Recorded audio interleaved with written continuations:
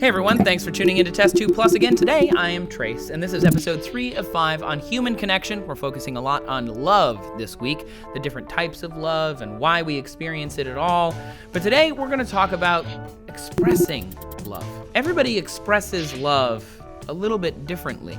Some of us express love more emotionally, some express it more physically, some have a combination of those things, some have neither of those things, There are different ways to express it, and there are different ways to stay together, different ways couples will express love to each other that keep them happy. And research from the Journal of Counseling and Clinical Psychology says that all a couple needs to do to stay together, this is according to this study, is watch rom-coms and sappy movies and then talk about them.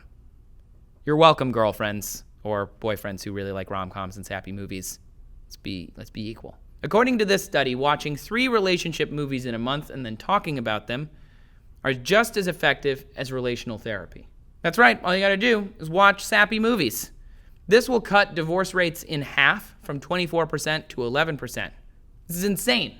Fine, girlfriend, I'll watch The Sketchbook or whatever that movie is called, whatever. It's cool. Physical touch also plays a key role in a relationship. According to a study at Oxford University, women are more likely than men to change their opinions of others after they kiss them. Researchers surveyed over 900 adults, asking them questions like, how important do you think kissing is at the very initial stages of a relationship? Obviously, there were differences between men and women. Women rated kissing as more important in long-term relationships and as an all-around more important thing in relationships in general than men did. But perhaps that's because, in general, physical touch is considered a love language. If you haven't heard of this, recently a book gained some popularity called The 5 Love Languages. It was by Dr. Gary Chapman.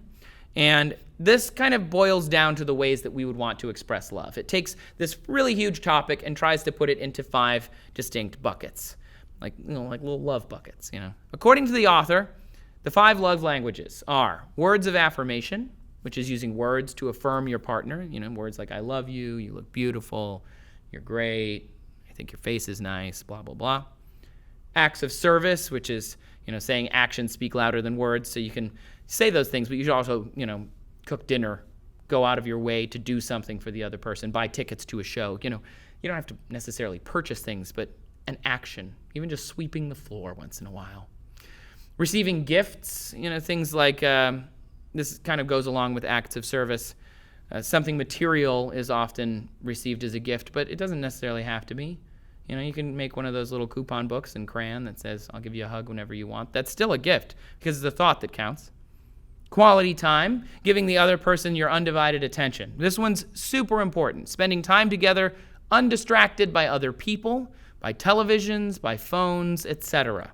Quality time isn't let's sit around on the couch tweeting. It's let's have a conversation. Let's do something together. Physical touch is also extremely important. This is love language number 5, and that's the act of, making people feel loved through physical affection, either holding hands or hugs, kissing, snuggling. Obviously, sex would fall under that category as well.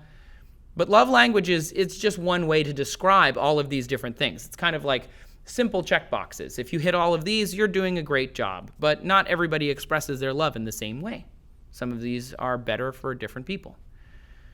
The thing is, how do you know which ones are better for which? Some people would say the ones that align, and if it aligns so perfectly, they're my soulmate. But science has said that soulmates are not real. There are no such thing as soulmates. Somehow lots of people still believe in them, however. A Marist poll a few years ago found that roughly 3 in 4 Americans believe that there is one person on Earth who is meant for them and will make them feel complete. I'm not even going to do that math for you, but let's make an assumption, right? If there's only one person in a planet of 7 billion people who is for you, you will never find them. It's just mathematically impossible, especially if they could potentially speak another language or be of a different age or of a different culture or of a different sexual orientation. There's a lot of variables here. Math. Somebody do it. Tell me in the comments. Scientists are seeming to conclude that maybe this whole soulmates thing It's actually a detrimental idea to our idea of love. A new study in the Journal of Experimental Social Psychology categorized people into two rough groups. Those who frame their relationship as a unity, aka soulmates, people who believe in soulmates, and those who frame their relationships as a journey that you're on with someone, not soulmates. They found that those who describe their relationship as a unity have more dismal romantic outcomes. Their relationships are more passionate in the beginning, but they usually end pretty abruptly. They're a lot shorter. So, if you learn one thing from this episode, that is, listen and talk to your partner.